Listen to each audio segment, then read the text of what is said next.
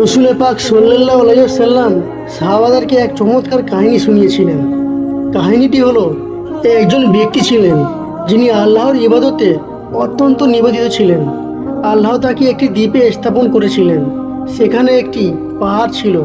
পাহাড়ের নিচে ছিল একটি মিষ্টি পানির ঝর্ণা, আর পাশে ছিল একটি ডুমুর গাছ। সেই গাছ থেকে তিনি ফল খেতেন এবং ঝর্ণা থেকে পানি পান করতেন।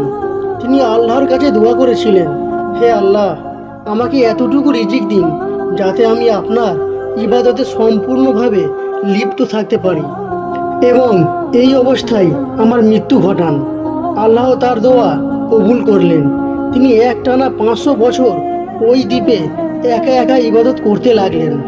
যখন কিয়ামতের দিন আসবে, তখন আল্লাহ তার বান্দাকে ফেরেশতাদের সামনে আনবে। আল্লাহ বলবেন, আমার বান্দাকে আমার রহমতের মাধ্যমে জান্নাতে প্রবেশ করান। কিন্তু ওই বান্দা বলবে, হে আল্লাহ, আমি তো 500 বছর ইবাদত করেছি, আমি আমার আমলের দ্বারা জান্নাতে প্রবেশ করতে চাই।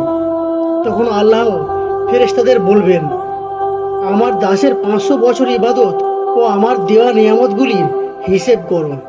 তখন দেখা যাবে শুধু একটা নিয়ামত, চোখের দৃষ্টির বদলে তার 500 বছরের ইবাদত যথেষ্ট নয়।